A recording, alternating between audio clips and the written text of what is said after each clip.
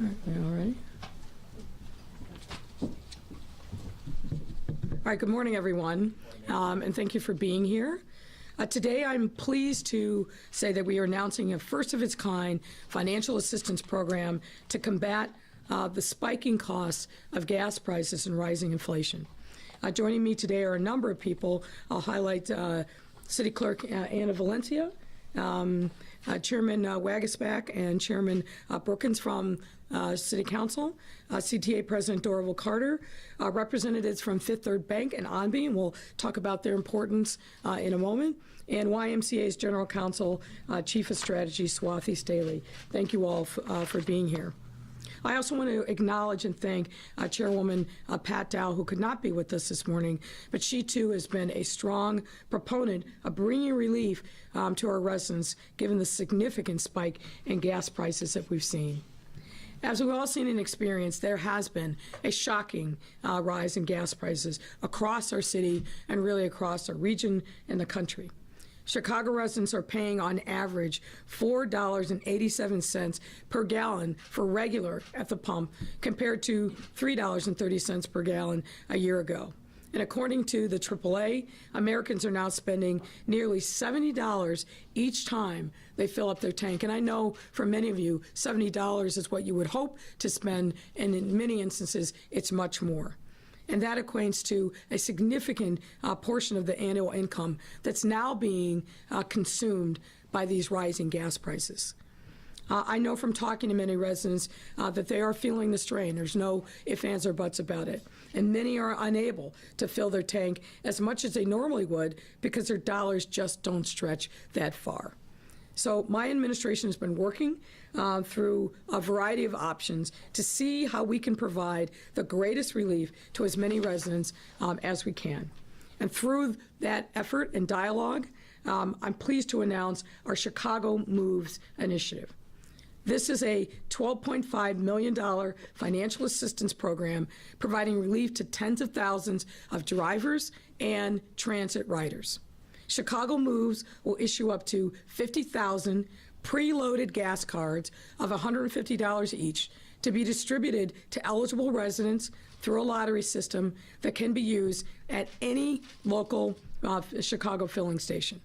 The city will distribute or add value also to 100,000 cards for public transit use in the amount of $50 each.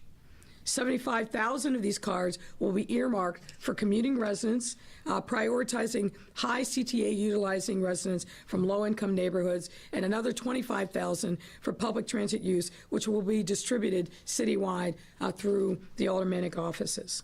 Coupled together, we will work to ease residents' pain at the pump and reduce household expenses as much as we possibly can.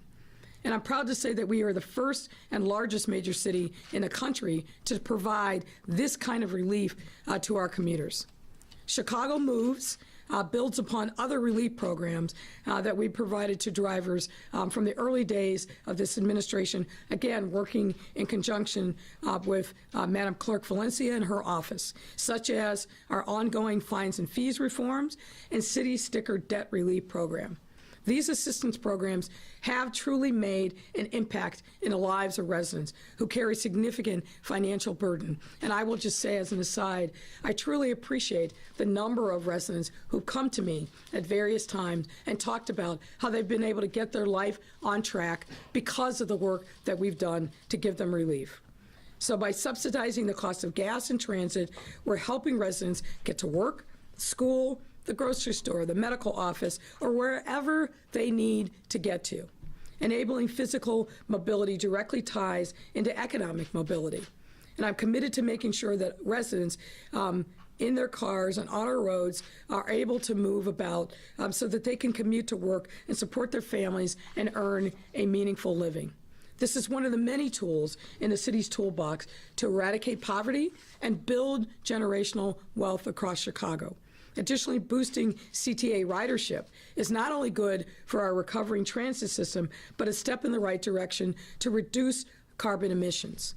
And as we know, ride-sharing and public transit are valuable ways to conserve energy and ease our reliance on fossil fuels.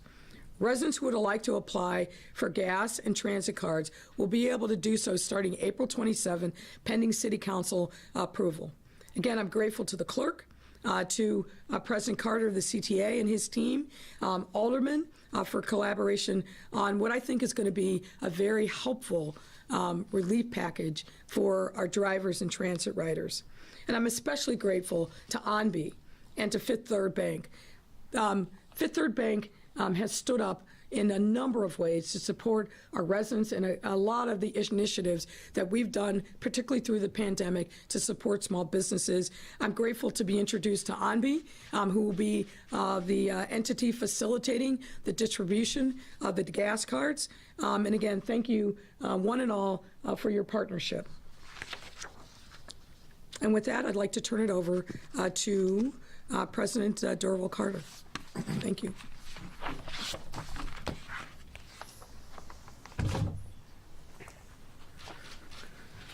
Thank you, Mayor. For the last 2 years of the pandemic, the CTA has been there for all of those who need it. While other U.S. transit agencies cut back service or eliminated it altogether, we kept running as many of our trains as buses as we could possibly run, 24 hours a day, 7 days a week. Why? Because we knew that essential workers and residents without cars depended on us. We knew that for many, public transit was their only option to get to work and to make the necessary trips to see their doctor, to pick up their prescriptions, and to stay connected with family and friends. As the city fully reopens, CTA ridership continues to grow. Every day, more and more people are returning to our trains and buses.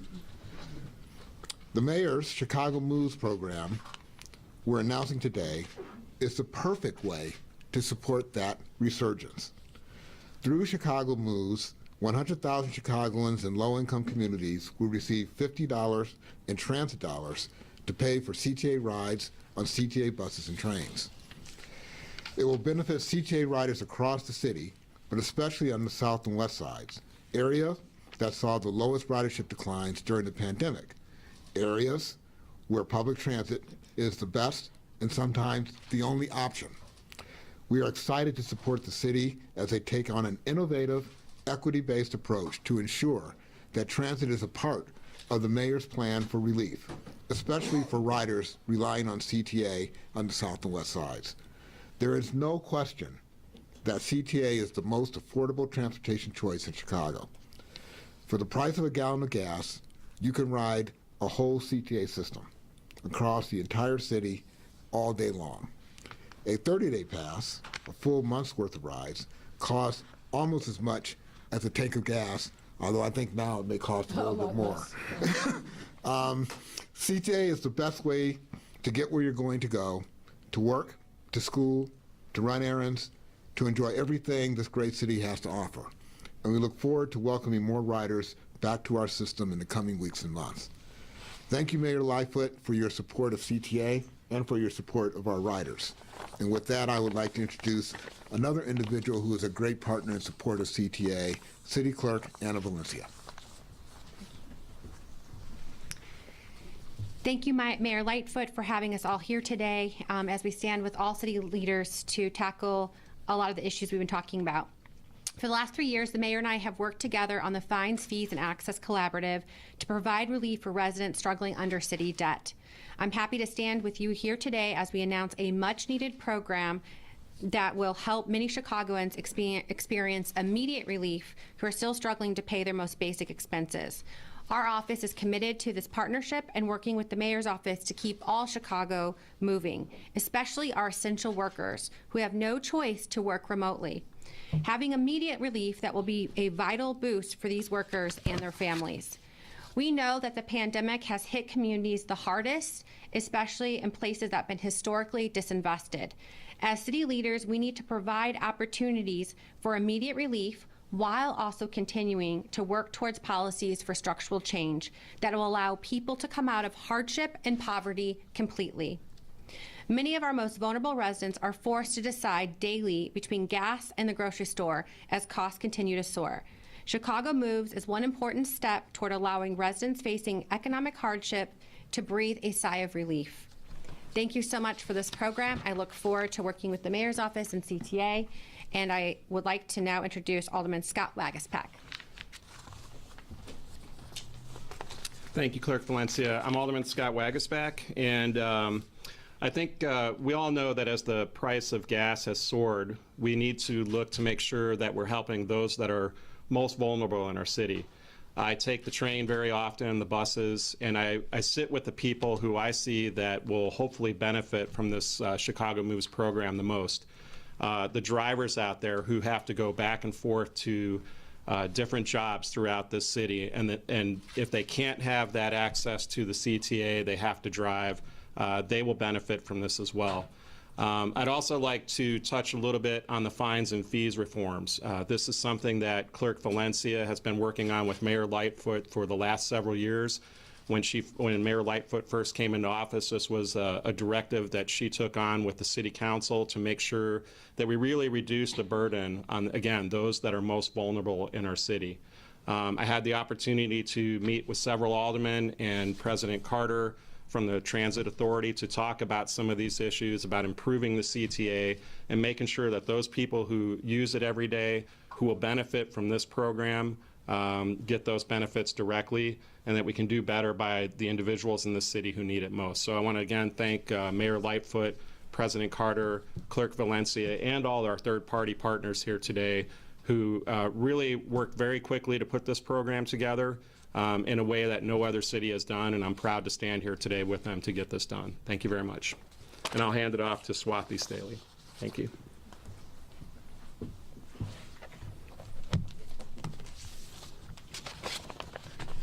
Thank you, Chairman Waguespack and Mayor Lightfoot for having us here today.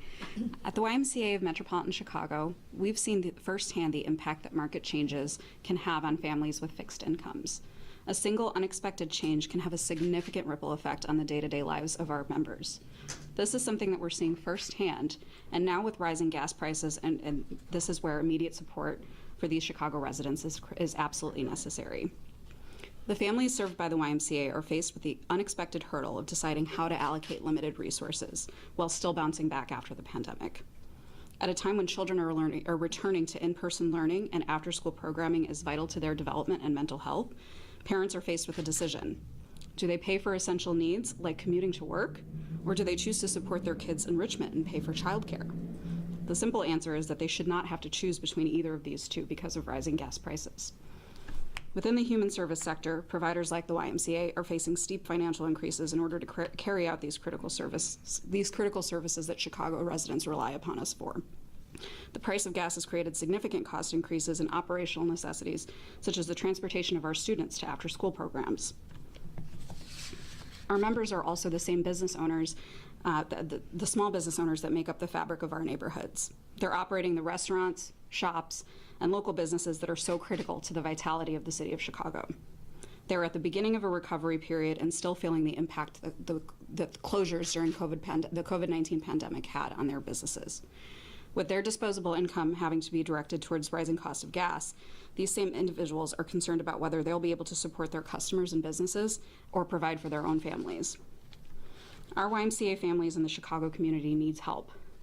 The YMCA will continue to provide the child care and education, the health and fitness, and the community connection that our fellow Chicagoans need. We alone, though, can't solve the problems that every Chicagoan needs, like the rising cost of gas.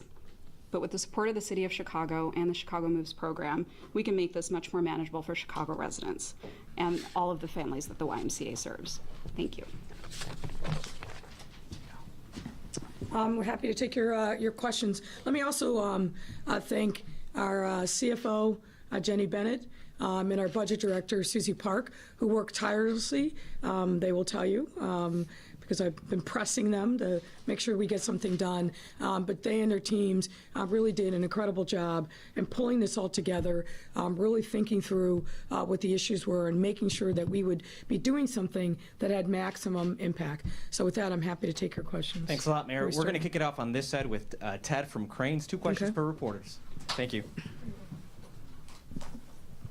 Why did you reject any sort of gas tax relief? Well, we haven't rejected it, and obviously that's still available to us. But in thinking about what we could do to actually provide maximum impact, we thought that this was a better way to go, to literally put a gas card in the hands of Chicago residents. And then obviously we want to continue to emphasize the importance of lowering our carbon emissions by partnering up with the CTA to give those transit riders some relief at the same time. And where is this 12.5 million coming from? It's coming from, mostly from our corporate daughters, but some ARP funds as well. Craig Dellamore, WBBM. Hello. One on, one off. Okay, go ahead. The on topic, the process for being able to get this Yep. kind of aid. How simple is it going to be, and how frustrating might it be, since a lot of people are going to want this? Well, we hope to make it as straightforward as possible. And again, with the caveat that we're presenting this to City Council and it's subject to City Council approval. But our expectation is on April 27th, pending City Council approval, we'll open up the process by which people can express their interest. You've got to be a City of Chicago resident. One card, whether it's gas card or CTA card per household, so that's going to be important.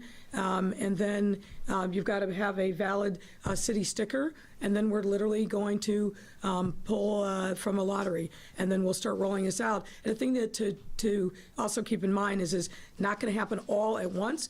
We want to make sure, because we, unfortunately, we think that these escalated gas prices are going to continue into the summer months. So we want to make sure that we're giving people relief through the course of the summer. But we're going to try to make it as painless as possible. You not have to get up at 4 o'clock in the morning. You're not going to sit in a long line. We want to give this, bring these cards directly to you. Okay, and then the off-topic one, because you've given us plenty to talk about today. Okay. Talk about why Deborah Witzberg is the right choice for this job, given Sure. what she's had to be doing for the last several months. Yeah, I mean, look, the thing that I think is really critically important to stress is the importance of the IG's office and the importance of the independence of the office. In my view, if it's working right, the IG helps city government get better and stronger. The audit function that they perform, I think, is critically important. Obviously, an investigatory process is also important, but really that audit function where they're looking at programs, they're seeing weaknesses, ways in which we can improve the functions of city government, that's essential.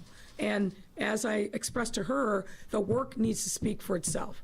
And I think she gets that. I think she's got a lot of good ideas on how to improve efficiency within the IG's office itself. We're going to be working with the City Council, I think, to make some tweaks to the IG ordinance to make it stronger and better.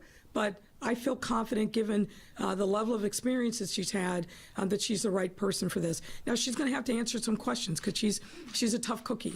And I know from having performed similar roles throughout the course of my career that you don't always make friends when you're trying to do the right thing and you're telling people you've got to do better.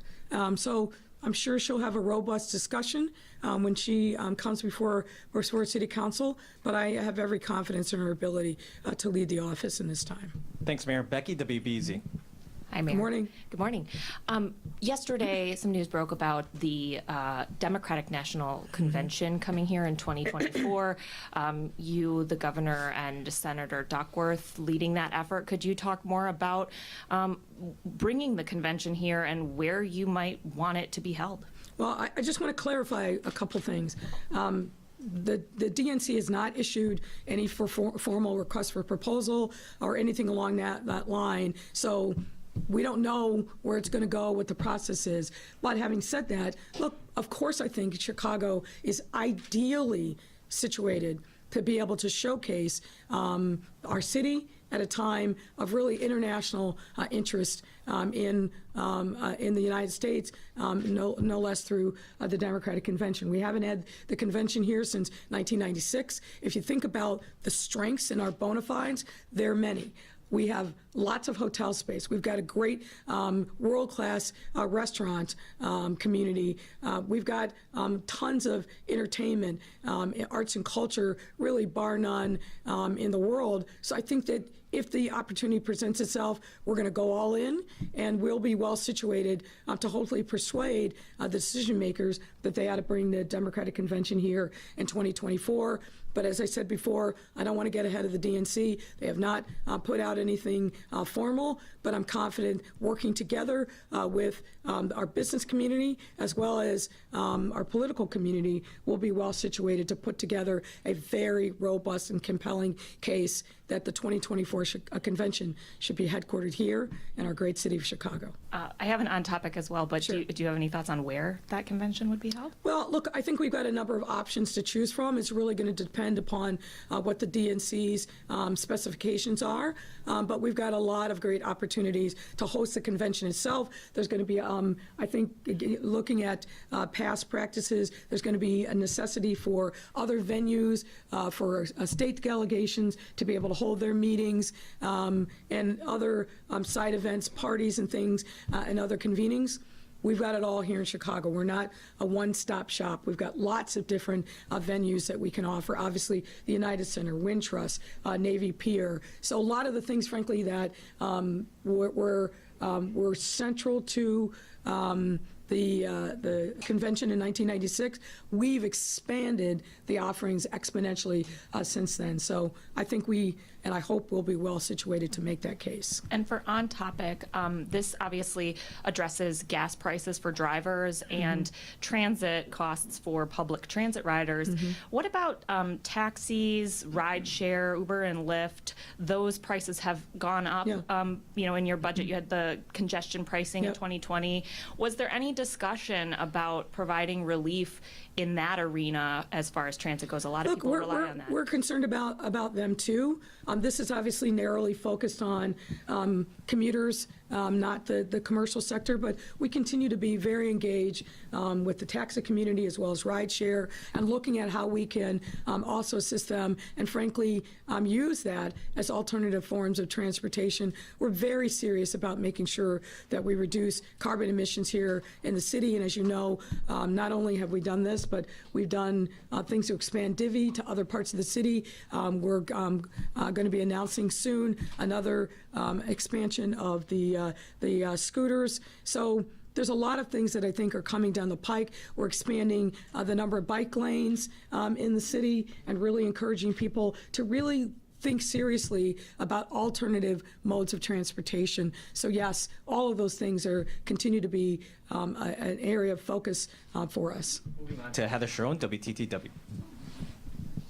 Hi, Mayor. The gas cards and the CTA cards will be available for Chicagoans making 140% of the area and median incomes, which is $91,000 for an individual and $140,000 for a family of four. Is that an appropriate level? Does that not sort of mean that some people who are making a pretty good salary will be eligible for this relief, perhaps at the expense of Chicago's working poor? Well, I wouldn't say at the expense. And look, the reality is, regardless of what your income point is, when you're paying $6 a gallon for gas, as many people are across the city, that hits you. Now, obviously, we want to make sure that we're focusing on lower income and middle income Chicagoans who are really, I think, feeling the weight and the brunt of this surge in gas prices. And we're hoping people that are of means and don't need the relief are not going to be the ones that apply. But we want to make sure that we're really focused on bringing that relief to drivers of a variety of sorts. And obviously, the CTA cards are focused primarily on those areas of the city that have been hardest hit and really have been historically disinvested in. So I think we're striking the right balance to make sure that we're bringing relief to a wide swath of folks across our city in every neighborhood. Back to the convention for a minute. Yep. When the city, assuming that it does bid for the convention, I imagine that you and other members of the host committee will be asked, why bring the convention to Chicago, which is still grappling with historically high levels of crime, including carjacking? How will you address those concerns when they are inevitably brought up? Well, we'll address the concerns in a couple of different ways. Number one, to talk to the DNC about the progress that we're making. And the truth is, every major American city, and certainly those led by Democratic mayors, are facing the same kind of challenges that we're facing. We'll talk to them about the progress that we've been making, the programs that initiatives that we've been putting in to address gangs, guns, and the investments that we're making to really help turn around the fortunes of communities, not just in the short term, but really in the long term. I'm happy to report that end of quarter, we're down in shootings, we're down in homicides, and we're down in carjackings. Not enough. Not enough, I hasten to add, but we're making real meaningful progress. And then, of course, we're going to talk about specifically what the things that we will be doing to make sure that the areas that the convention sites are going to be utilizing are themselves very safe. So I think we've got a very good and compelling story to tell, and a convincing story that Chicago is the right choice, aside from all of the amenities that we can offer in the city. And I will also say, we're a really fun city in the summertime. Nobody here is going to argue with you on that one. For Aaron Gettinger, today's the Trans Day of Visibility at a time when there have been a number of crimes against trans people. How can the city address that concern, and does the police department need to do more to reach out to the trans and LGBTQ community? We all need to do more. We all need to do more to make sure that people who are members of the trans community are not vilified, that they're not ostracized, and that they are accepted into our families, into our community. We have to do more as a city, but really as a country. I look on with great horror the things that we are seeing sprung up in legislatures, primarily in southern states, where they are villainizing children. We know from the data that a significant portion of the homeless youth are LGBTQ plus members, because their families have not accepted these children who have decided it's important for them and their being to lead an authentic life. So when you think then about the targeting of members of the trans community, and how trans women in particular have been the focus of violence, we all need to step up and do more. But it starts with opening up our minds and our hearts to be loving and accepting of people when they choose to live their authentic life. It goes without saying that this is deeply personal to me. As a member of the LGBTQ plus community, I think about where I was as a young person, not seeing anyone who looked like me. Now, the truth is, there are plenty of gay people all around, but it was at a time when it wasn't safe, literally wasn't physically safe to come out. And not seeing those role models meant, when I embraced my identity as a lesbian, that I struggled for years worrying about rejection from my family, from my friends, the kind of life that I could lead. When I was in my 20s and coming out, we didn't have an opportunity to even think about marriage and children. That wasn't something that was even conceivable. But now it is, because we have changed as a city, as a nation, as a world, and we cannot go back. And we've got to stand tall with our trans brothers and sisters and make sure that they're getting exactly the kinds of support and acceptance that the rest of the gay and lesbian community has received through hard work, struggle, and advocacy. And as I said to somebody yesterday, and thinking about today, we're not going to turn the clock back. We're moving forward. And that means a full embrace of our trans brothers and sisters. Maria Elena Ponicello, Telemundo. Thank you. Hi, Mayor. Hi there. You said that priority is going to be given to low-income neighborhoods. You also mentioned that people need to show valid city sticker. They need to be residents of Chicago. What else do they need to present in order to get these Ventra cards or gas cards? And is it a one-time thing, meaning if I get one card, can I apply again?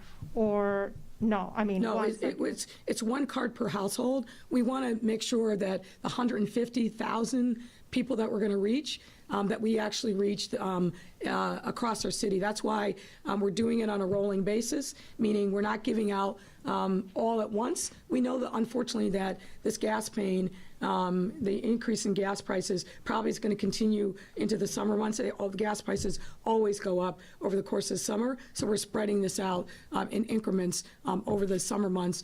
But yes, it's one per family so that we can reach the greatest number of residents. And we'll give you more specifics about the eligibility requirements, but you got to be a Chicago resident and you got to have a valid city sticker in order to be eligible to participate in the gas part of the program. is there a way that this could be repeated in Spanish? Perhaps maybe City Clerk Valencia? Yeah, we'll make sure that we get that. When we put out the kind of digital, we'll put it out in Spanish. For sure, and a number of different languages. Obviously, Spanish is important, but there are a number of other languages too that we'll make sure that we put it out in as many languages as possible. Evelyn Holmes, ABC 7. Thanks. Hi there. Hi, good morning, everybody. Two questions, multi-part questions. Okay. I'm ready. She's ready. It's not all that, but it's okay. So, were you all inspired by the Willie Wilson gas giveaway? Mm-hmm. Obviously, that was a kind of one-stop shop, short fix, not long-term. Why not address the gas tax? Maybe, Mayor, you can address that, and maybe, Alderman, you can address that as well. Why not lower that a few pennies, what have you? Just because, obviously, you give somebody a gas card, it does for a minute, but the problem persists. Well, we actually think that this is more impactful in the short and intermediate term than the gas tax. The city's gas tax is only 3 cents on a gallon as opposed to what can happen with the state. So we really looked at a range of different options that included and really made the determination that this was the best way that we could reach the maximum number of people over a period of time and give them immediate relief that they actually feel.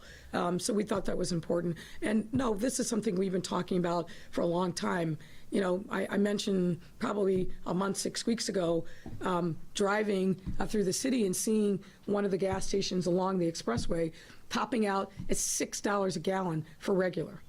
I mean, that is shocking.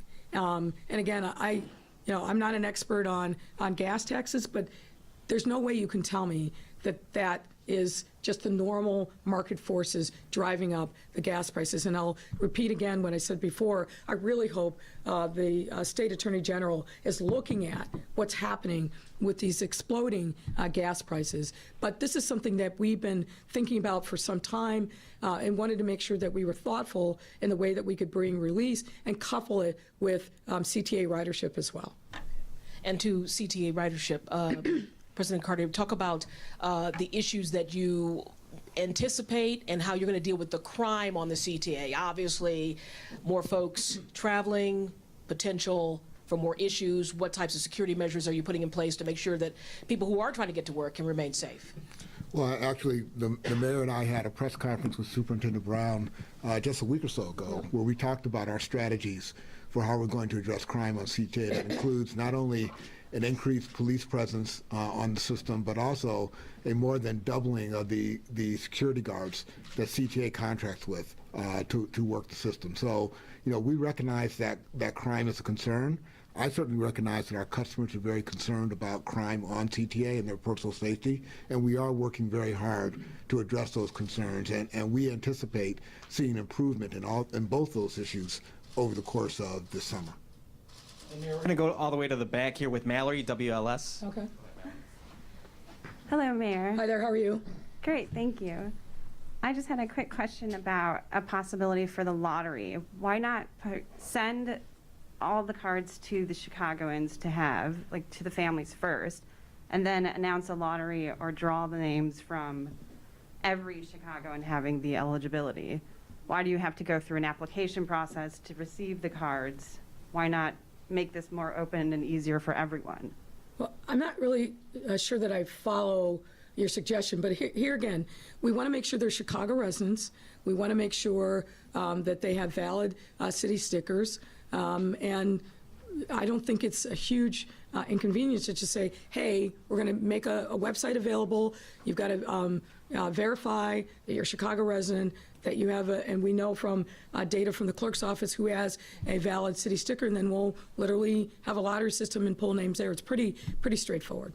Okay, and for CTA, President Durbel-Carter, Yeah. are you going to be adding the value to the venture cards, or how will these cards come down for commuters? Well, I think the city can speak to that better than I can, but as I understand it, we're not adding value to our venture cards that our customers already have. As part of this lottery, they will get a card that they can then use to either put on their venture account or just use directly and tap on CTA's system. That's right. That's a wrap, Mayor. Thank you very much. Have a great day, everyone. Thank you.